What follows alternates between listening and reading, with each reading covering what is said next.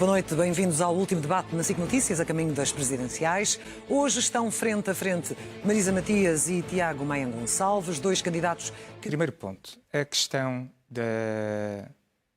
do uso dos privados. A Marisa é que continuamente, desde março, recusou o uso dos privados para a resposta de saúde. A verdade é essa. A verdade é essa.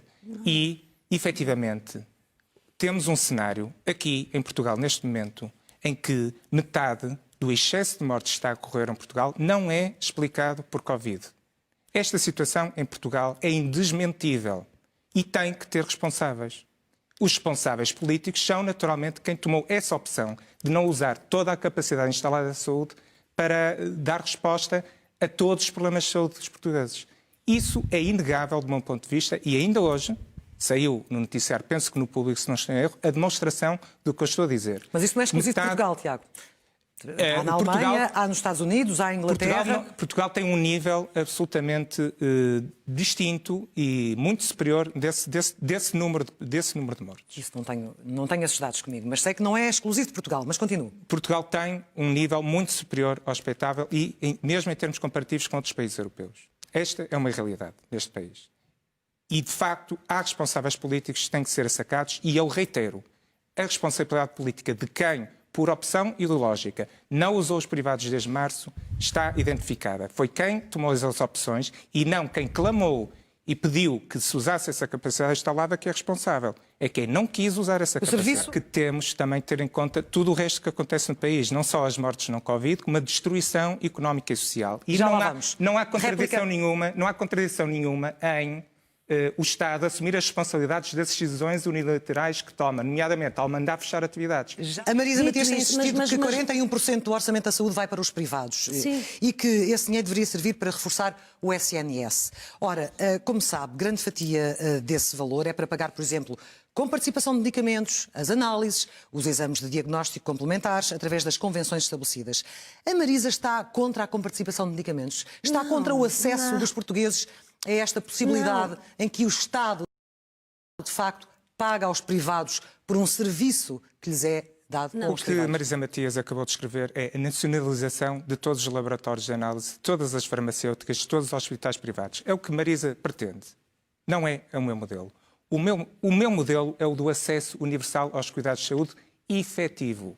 O sistema atual é que garante um sistema de castas ao acesso à saúde. É o sistema atual. O seu SNS não iria agravar as desigualdades sociais? Não, este é que agrava as desigualdades sociais e explico-lhe porquê, Clara. Porque o sistema atual permite castas no acesso à saúde. Permite que funcionários públicos tenham acesso ao DSE e aqueles com mais rendimentos têm acesso aos seguros de saúde tenham acesso à oferta completa de saúde em Portugal. Público e privado. E usam-no. Os funcionários públicos são os maiores utilizadores dos serviços privados de saúde em Portugal, Marisa.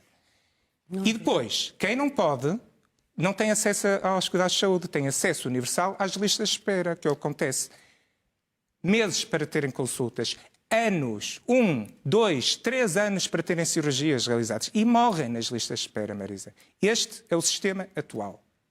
É o sistema que a Marisa preconiza e que continuamente insiste que é a melhor versão. Ou seja, no seu modelo o Estado financiaria os privados para que todos tivessem igual acesso à saúde. No meu modelo, que é o modelo, aliás, em prática, em grande parte dos países europeus, na maioria dos países europeus, isto não é novidade nenhuma. Eu não estou a criar um modelo fantasioso. Este modelo existe na Holanda, existe na Alemanha, existe em França, existe na Bélgica.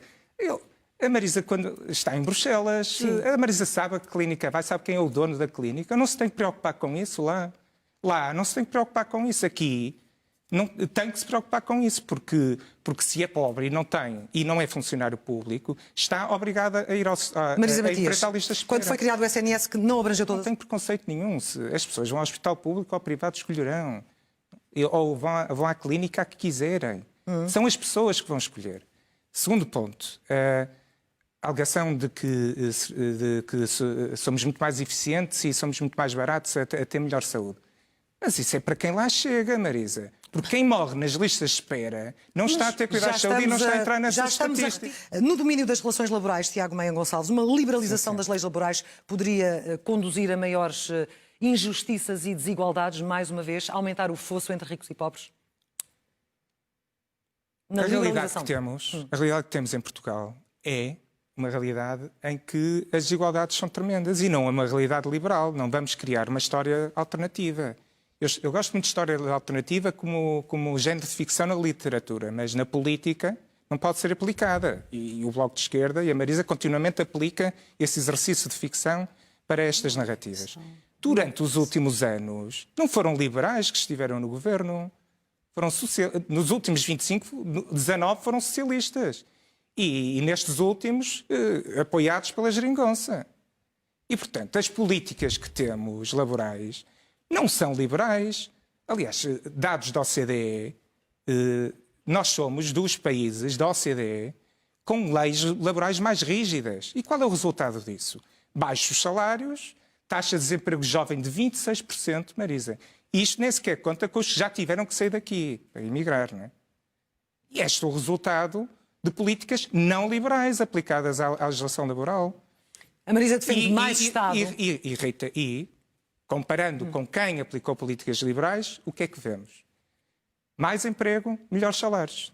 É observar. Já cá faltava a teoria da culpa é do Passos. Não é? Vem sempre. É o argumento. Não, Portugal é um inferno fiscal.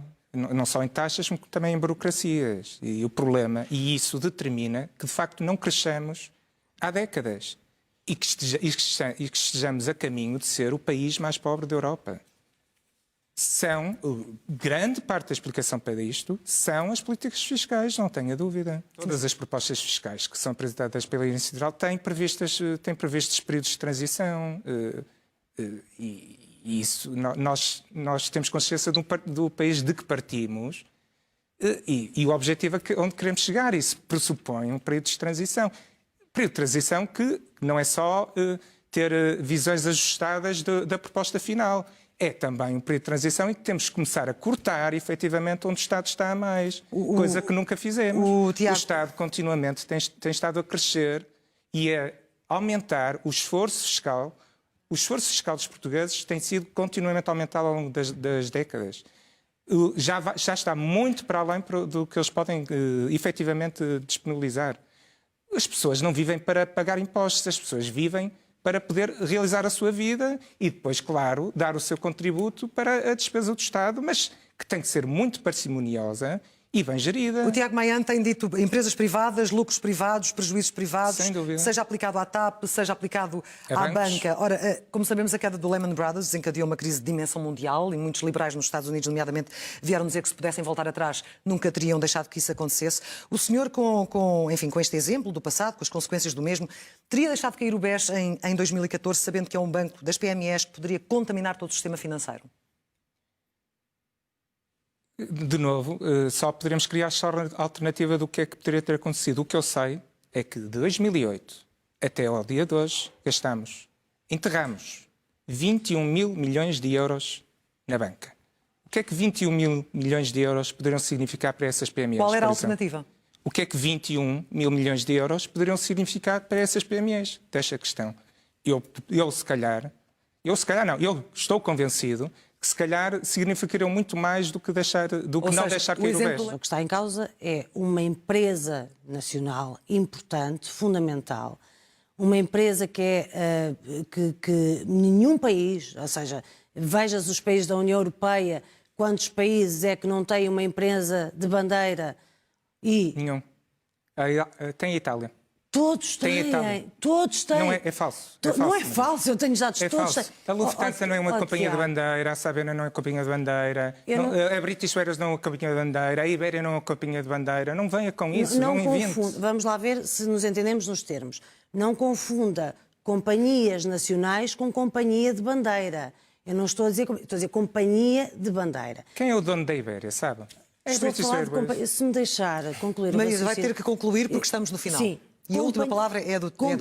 A TAP não está nas 10 maiores exportadoras de Portugal. Não está. E está no top das importadoras nacionais. Portanto, entre o deve e o haver, há que fazer as contas. Não é isso que eu estava Marisa, a dizer. depois poderemos comparar esses números e há fact-checkings e essas coisas. Não há problema nenhum. Segundo ponto, quanto à TAP. Essa alegação de que, em primeiro lugar, não é falência, é um processo de insolvência que está previsto para qualquer empresa. Isso, e um processo de insolvência não significa despedir toda a gente, não significa queimar aviões e deitar tudo ao lixo. Um processo de insolvência significa iniciar um processo de recuperação se a empresa de facto tem viabilidade. E é isso que eu ando a dizer desde sempre. Só que eu não quero ser acionista da TAP. E milhões de portugueses não querem ser acionistas da TAP. Essa decisão cabe aos acionistas e o Estado tem que deixar de ser acionista, permitir que a TAP, que se é viável, siga o seu caminho e posso estar com a Lufthansa ou não me importa, porque eu não vou ser acionista, não vou decidir Vamos fechar sobre esse isso. tema, tem uns segundos para o final, importa. Marisa, não há mais tempo. Tiago Maia ainda tem 45 segundos para uma resposta rápida, uma Muito pergunta bem. também rápida. Confia no que o Governo vai fazer com os dinheiros que vêm da chamada bazuca europeia? Se o que vierem a fazer for planos Costas e Silvas, grandes obras públicas, planos de hidrogénio, não confio.